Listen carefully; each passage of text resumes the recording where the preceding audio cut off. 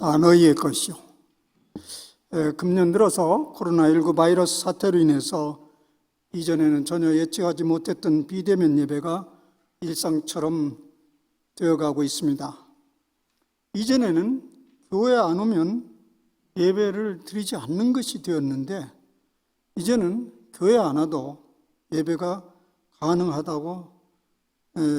가능하게 되어가고 있습니다. 스마트폰이나 컴퓨터, TV 등을 통해서 나 혼자 혹은 가족끼리 예배를 드리는 것이 자연스러운 풍경으로 되어가고 있습니다.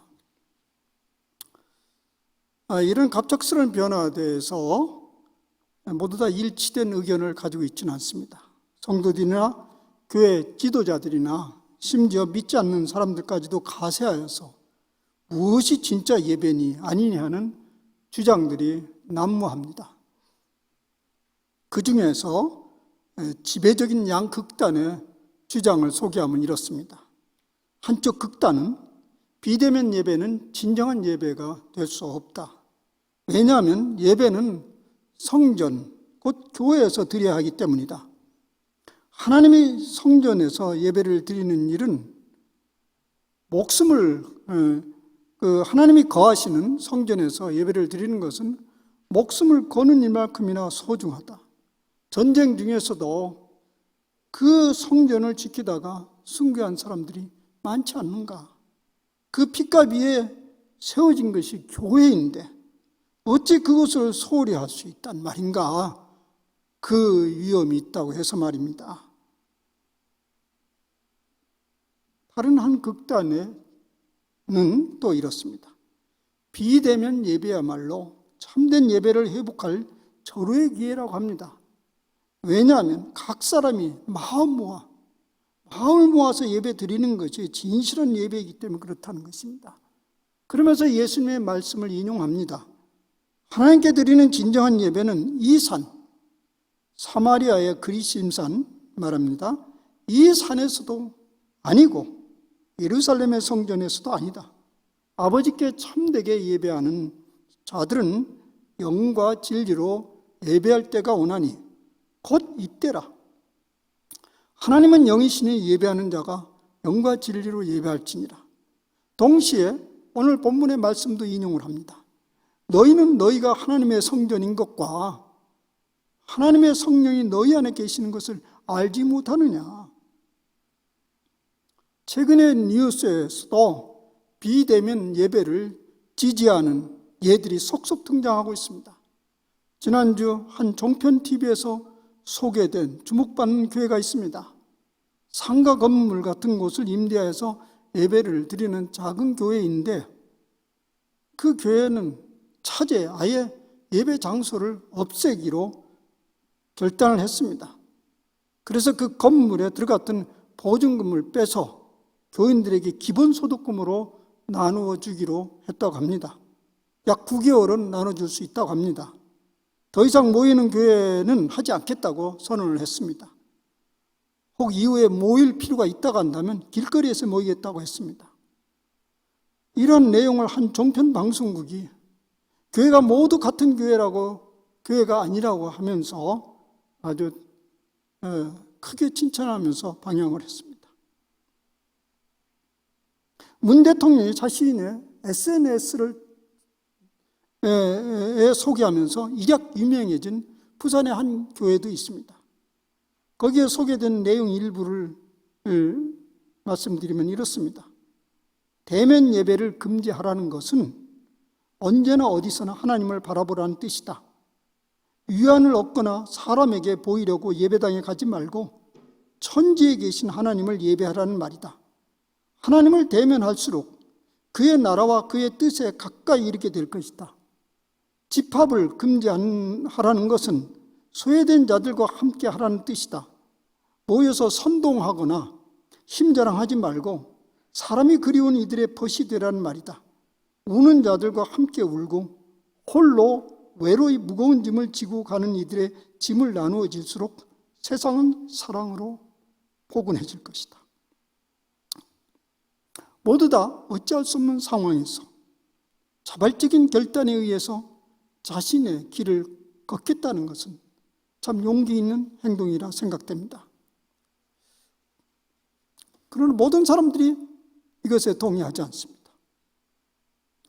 또 각자 주장이 있습니다. 따라서 오늘 우리도, 적어도 우리 모색골 교회도 어떠한 결단을 가지고 오늘 상태를 받아들여야 될지 생각해야 할 것입니다. 이러한 사태를 우리는 어떻게 이해하고 받아들여야 할 것인지, 그 목표점을 어디에 두어야 하는지, 그런 무릎을 던져야 됩니다. 시리에 맞도록 정부에서 이렇게 하라면 이렇게 하고 또 저렇게 하라면 저렇게 하는, 맞추어 그렇게 응답하면 되는 것인가? 만약 그 옛날 사도 바울이었다면 어떤 지혜를 제시했을까 생각해 봅니다. 신앙생활이라는 것은 성경의 말씀으로부터 그 시대에 적합한 지혜를 얻으면서 살고자 하는 몸부림입니다. 아무리 한시적인 일이라 할지라도 성경적 지혜와 고려 없이 시류에 따라서 이렇게 해도 저렇게 해도 할 수 있다고 한다면 그런 삶 속에서는 어떤 성숙도 기대할 수 없습니다. 성경은 말합니다. 너희는 이 세대를 본받지 말고 오직 마음을 새롭게 함으로 변화를 받아 하나님이 선하시고 기뻐하시고 온전한 뜻이 무엇인지 분별하도록 하라고 합니다. 이 세대를 본받지 말고 자발적으로 하나님이 좋아하시고 기뻐하시는 뜻을 분별하며 행동을 하고 합니다. 여기에 본받지 말아야 될 이 세대를 오늘 본문의 이야기로 얘기하면 이 세상의 지혜를 말합니다. 19절에 보면 이 세상의 지혜는 하나님께 어리석은 것이라고 말합니다. 그러면 이 세상의 지혜와 하나님의 지혜의 구별점은 무엇인가? 사도 바울은 당시의 교회에서 일어났던 한 사건을 통해서 그 차별점을 말해주고 있습니다. 22절의 말씀입니다. 바울이나 아볼로나 게바나 세계나 생명이나 사망이나 지금 것이나 장래 것이나 다 너희의 것이요. 여기에 바울과 아볼로와 게바라는 인물이 등장하죠. 이 앞에서 몇 번이나 나옵니다. 이것이 당시 교회를 상당히 힘들게 했던 한 요소였던 것 같습니다. 교인들 중에 어떤 사람은 바울의 가르침과 주장을, 또 어떤 사람은 아볼로의 가르침과 주장을, 또 어떤 사람은 게바, 베드로의 가르침과 주장을 따르고 있었습니다. 바울을 불편하게 했던 것은 사람들이 자기 아닌 어떤 사람들을 쫓는다는 것이 아니었고, 누구를 쫓으면서 동시에 다른 사람들의 가르침을 배척하고 비난하며 갈라치게 하려는 것이었습니다. 그런 것이 있다면 그것이 바로 세상의 지혜라는 증거입니다. 그런 지혜가 처음에는 안전해 보입니다. 그러나 결국은 이 세상 지혜는 자기 꾀에 빠지게 된다고 말하고 있습니다. 그러니 시류에 돌아가는 주장이나 가르침에 귀를 기울이되 그것이 무엇인지를 잘 분별하여서 하나님의 기뻐하시는 뜻을, 기뻐하시는 것을 자발적으로 선택하라는 말입니다. 거기서부터 하나님의 지혜를 얻게 된다는 이야기입니다. 또 구체적으로 말하자면 하나님의 지혜는 다음 같은 것에 귀를 기울이라고 사도 바울은 얘기합니다. 지금 사도 바울에게 지혜를 구하는 거죠. 그것에 대해서 이렇게 말하고 있습니다. 너희가 하나님의 성전인 것과 하나님의 성령이 너희 안에 계시는 것을 알지 못하느냐. 이 책망조의 얘기인데요. 여기에서 너희라는 인칭대명사가 3번 나옵니다. 너희가 하나님의 성전인 것과 하나님의 성령이 너희 안에 계시는 것을 알지 못하느냐. 근데 이 너희라는 이 2인칭 대명사는요, 헬라어의 후민이라는 말인데 영어의 you에 해당하는 말이죠.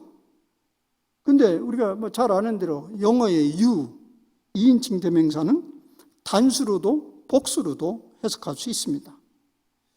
그런데 그동안 우리는 이 말씀을 여러분들이 많이 들었을 거예요. 이 말씀을 해석할 때 이 너희를 각 개인으로 번역하고 해석했습니다. 그래서 너희 마음에 하나님의 성령이 계시고 너희 마음이 하나님의 성령이다. 이렇게 우리에게 많이 가르침을 주었습니다. 그런데 오늘 본문이 전하고자 하는 그 사도 바울의 의도를 자세히 살핀다면 이 너희는 단수가 아니고 복수입니다. 복수예요.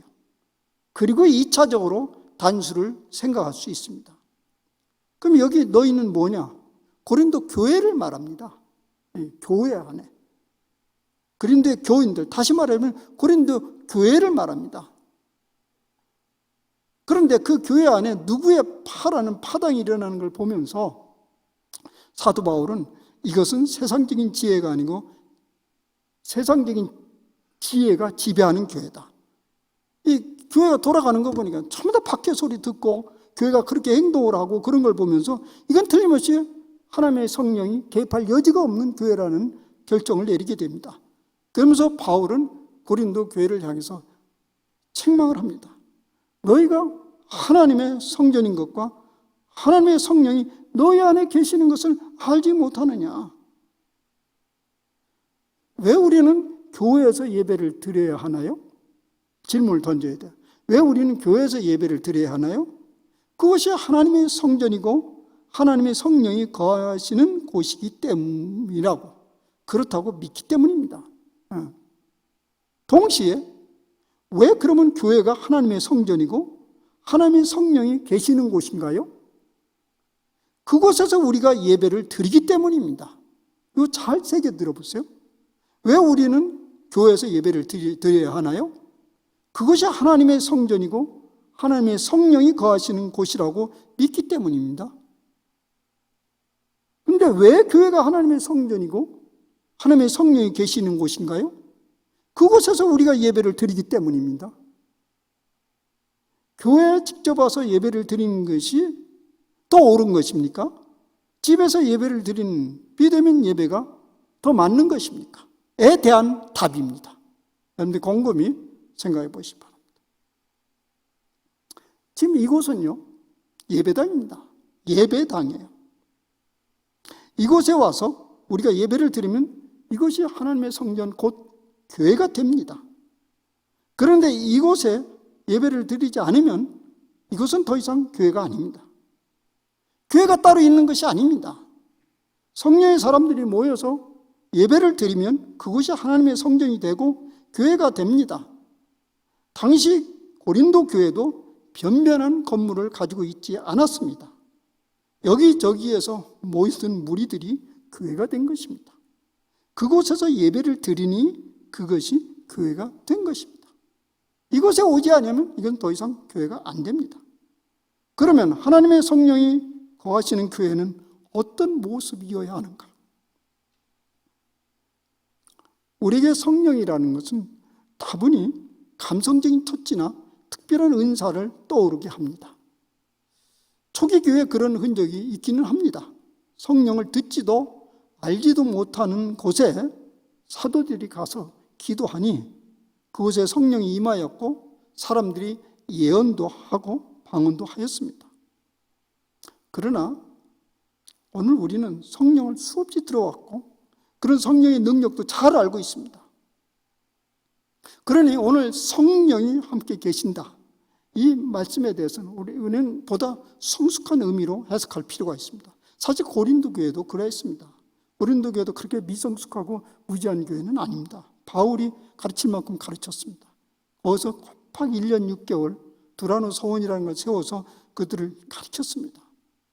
그러니까 알만큼 아는 거죠.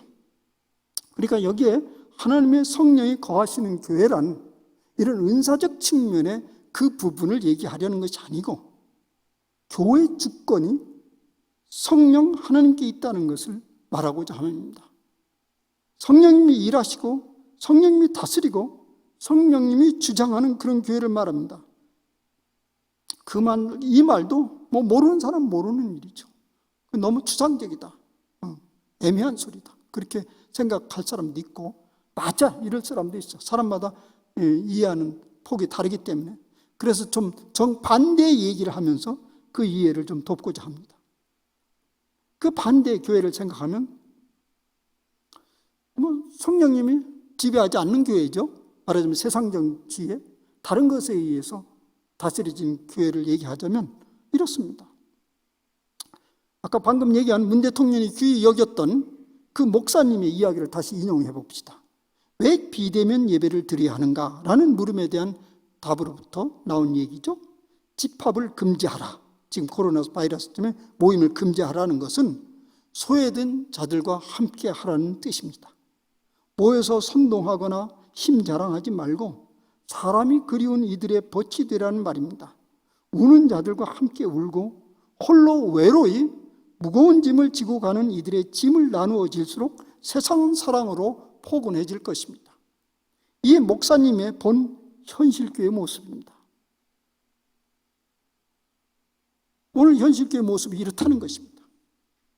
모여서 이상한 선동이나 하고 저마다 힘자랑이나 하면서 우는 자와 외로운 자, 또 무거운 짐을 지고 있는 자에게는 아무런 도움이 되지 않는 그런 교회다. 이 목사님이 본 현실교회입니다. 만약 이것이 사실이라면 그런 교회는 하나님의 성령이 지배하는 곳은 아닙니다. 문 닫는 게 맞습니다. 오히려 힘께나 있고 잘난 사람은 잘난 체하고 세상 지혜를 한껏 뽐내기 위해서 모인 교회라면 그것은 완전히 세상 지혜가 다스리는 집단이죠. 닫아야죠. 맞습니다. 에베소서 2장 2절에서는 그런 모습을 이렇게 묘사하고 있습니다. 너희는 이 세상 풍조를 따르고 공중의 권세 잡은 자를 따랐으니 곧 지금 불순종의 아들들 가운데서 역사하는 영이라. 이것도 이제 성령이 거하는 전에 그 반대를 이해하기 위해서 그 반대말 성경을 가져온 겁니다. 너희는 이 세상의 풍조를 따르고 공중의 권세 잡은 자를 따랐으니 곧 지금 불순종의 아들 가운데에서 역사하는 영이라. 우리가 성령님의 주권을 인정하지 아니하면 공중 권세 잡은 영, 즉 악한 영이 그 주도권을 휘두른다는 말입니다. 이어진 말씀에서 또 사도 바울은 못 알아들을까 봐 자세히 설명을 합니다. 이 악한 영의 지배란 바로 이런 것이다. 우리의 육체와 마음이 원하는 것을 따라 행하는 것이다. 우리 육체와 우리의 마음이 원하는 것을 그대로 행동하는 것입니다. 정화되지 않는 마음대로 행동하지 않은 것은 뻔합니다. 두려워하고 힘자랑하고 자기 세력을 규합하는 일을 즐거워하고 힘없는 사람은 힘없는 대로 살고 힘 있는 사람은 힘대로 살면서 자기 마음대로 그냥 되어지는 대로 자기 마음이 움직이는 대로. 사실 우리 정화되지 않는 마음이란 그런 마음이거든요. 두려워할 것이 있으면 두려워하고 힘이 있으면 힘쓰고 힘 없으면 주눅들고 이것이 그냥 우리의 마음 상태. 이것이 악한 영의 지배라는 것입니다. 보통 세상 사람들의 모습이고 세상 권력 구조입니다. 그런데 교회는 그와는 달라야 한다는 얘기죠. 교회의 모든 주권을 성령님께 내맡기고 그분이 기뻐하시는 일을 선별하여 실천하는 곳이라는 것입니다. 그래서 교회가 하나님의 성령이 거하시는 하나님의 성전이 되기 위해서는 이제 집단으로부터 개인으로 넘어갑시다. 이제 여기 너희를 단수로 해석해 볼 수 있습니다. 너희는 우리 각 사람의 마음으로 번역해 볼 수 있습니다. 각 사람의 마음은 성전이고 그러니 그 마음에는 성령이 거하셔야 됩니다. 그런데 우리 각 사람 마음속에 성령이 거하신다는 것은 무엇을 의미합니까? 아까 동일한 얘기예요. 하나님의 성령이 우리를 다스리도록 그 주권을 맡겨놔야 된다는 것이죠. 내 생각과 마음을 성령께 다스리도록 해줘야 된다는 것이에요. 그렇게 해서 교회 회중들 모두의 마음이 성령님이 거하시는 곳이 되면 그때 비로소 교회는 성령님이 거하시는 하나님의 전이 된다는 논리입니다. 그러므로 우리가 지금 각 처소에서 드리는 비대면 예배가 참된 예배가 되려면 각 사람의 마음이 하나님의 성령이 다스리는 곳이어야 합니다. 또 그렇게 되기를 간절히 바라면서 드리는 예배해야 됩니다. 지금 예배를 드린 것이 주일에 왔으니까 어디서든 한번 드려야 되는 것이 아니고요. 이곳이 하나님의 성령이 머무는 곳이고 내 마음이 하나님의 성령이 지배하는 곳이고 그래서 이곳이 하나님의 성전이 되기를 간절히 바라면서 드리는 예배해야 됩니다. 그리고 우리가 있는 각 처소가 하나님이 거하시는 성전이 되기 위해서는 사랑하는 성도들이 동일하게 그곳에 있음을 의식하면서 우리 가운데 거하시는 성령과 드리는 예배이어야 합니다. 교회에서나 가정에서나 동일한 마음으로 예배를 드리라는 말입니다. 예배는 결코 개인의 경건으로 완성되지 않습니다. 그저 오늘 예배 드리는 것은 내 개인 경건을 지키기 위한 그런 수단이 아닙니다. 그것은 출발에 불과한 것이죠. 완성은 될 수 없습니다. 우리 모두가 그리스도의 몸이 되고 우리 몸은 우리 각자는 그 몸에 붙어있는 지체가 될 때에 그 예배는 완성이 됩니다. 그것을 일컬어서 우리는 교회라고 합니다. 사도 바울은 성령께서 지배하는 하나님의 성전이 가지고 있는 특권에 대해서 이렇게 말합니다. 하나님의 성전이 되는, 하나님의 성령이 지배하는 그런 곳에 하나님께 주신 특권이 있습니다. 그런 사람들에게 주시는 그 특권이 있는데요. 그것이 22절, 23절의 말씀입니다. 이런 말씀이 있어요. 세계나 생명이나 사망이나 모두 우리의 것이다. 우리의 것이라는 거예요. 세계나 생명이나 사망이나 다 우리의 것이다. 여기 세계는 우리가 살고 있는 정치적 현실, 경제적 현실, 문화적 현실 모두 포함합니다. 그거 다 우리 것입니다. 누구의 것이 아니에요. 정치 지도자 것이 아니고요.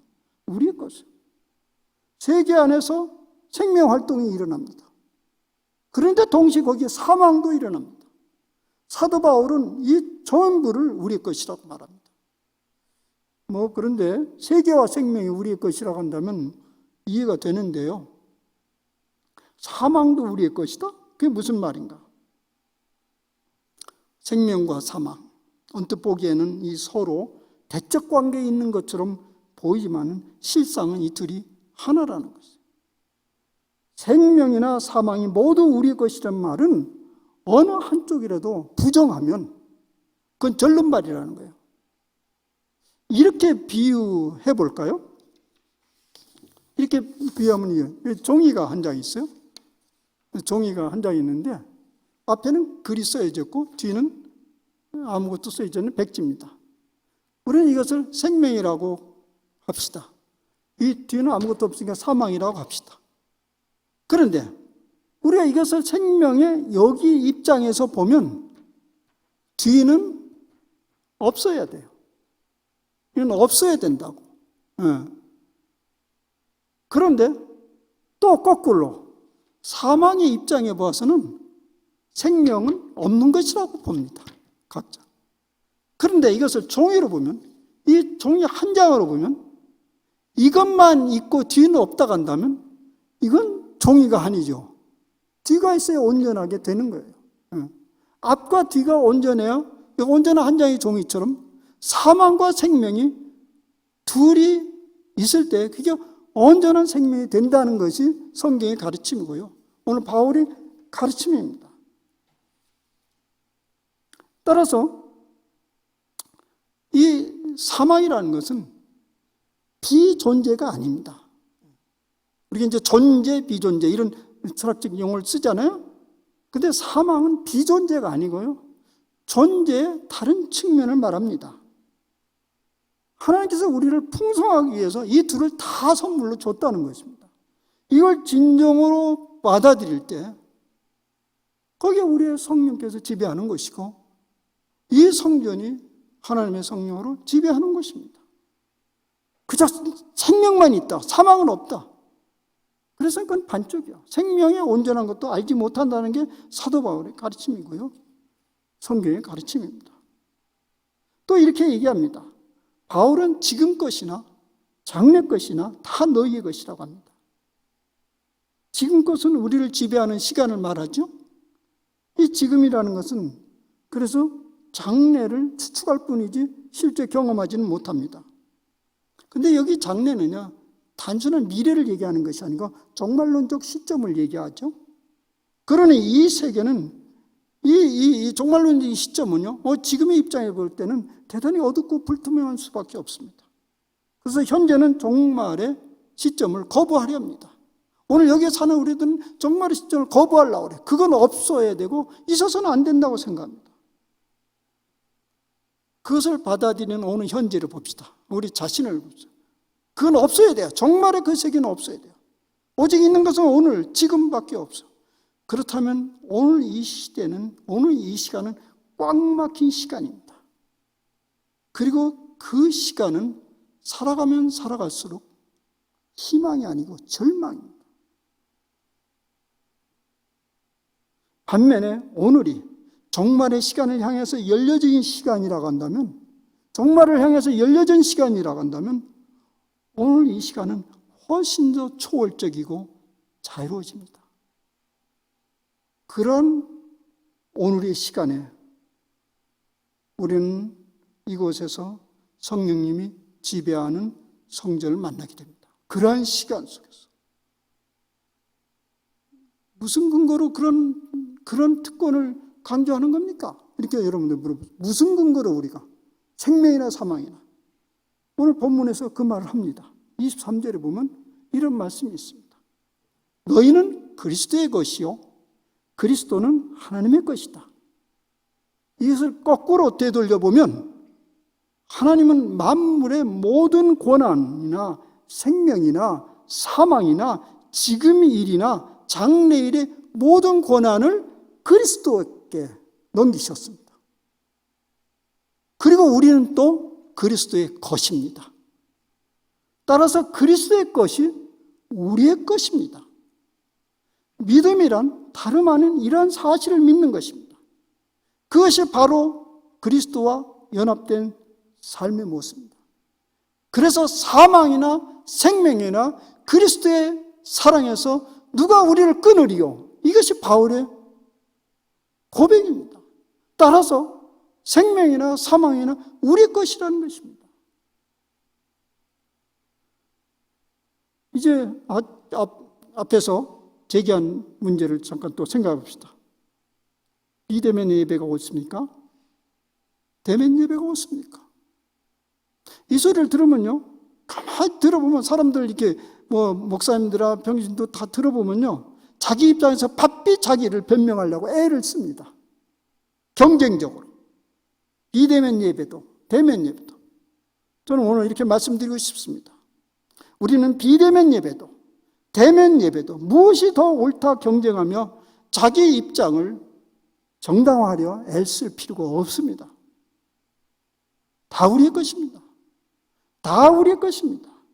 누구에 의해서 어찌할 수 없어서 선택한 것이 아닙니다. 우리가 우리를 위해서 한시적으로 이럴 수도 있고 저럴 수도 있습니다.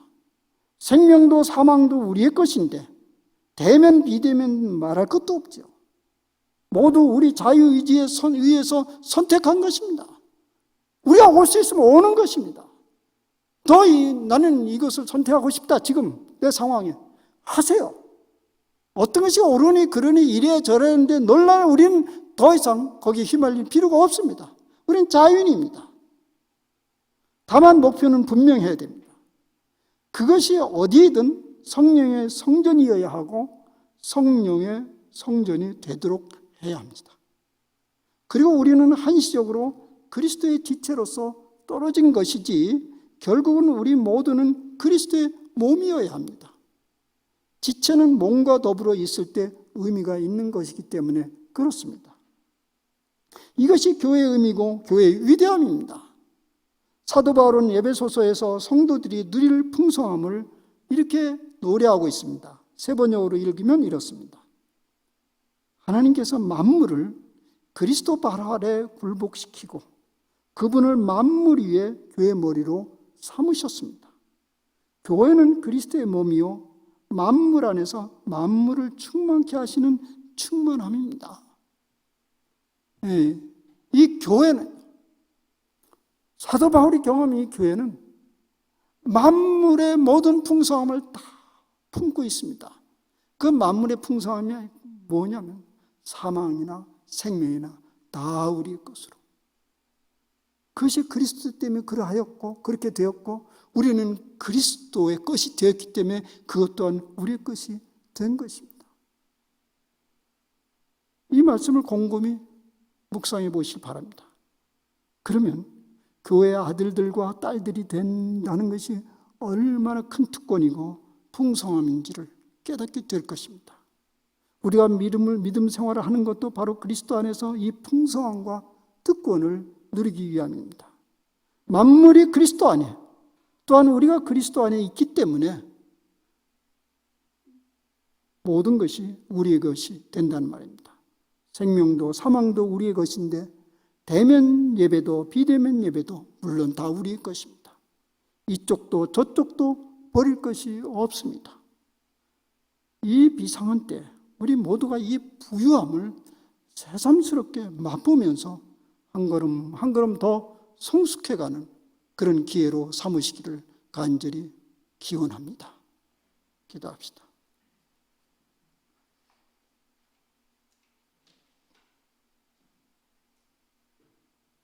자비하신 주여, 우리는 매우 취약한 육체를 가지고 있습니다. 작은 바이러스에도 죽을 수밖에 없는 그런 연약한 생명을 지니고 있습니다. 그래서 이런저런 일들이 벌어지면 우리는 혼비백산해서 두려워할 수밖에 없습니다. 그러나 오늘 하나님 말씀은 우리에게 새로운 희망을 줍니다. 생명이나 사망이나 다 우리의 것이라고 합니다. 그것을 통해서 온전한 생명을 이루는 것입니다. 그래서 우리는 오늘 어떤 상황 속에서도 우리의 결단이 어찌할 수 없이 몰려서 되어지는 결단이 아니고 자발적인 선택이요.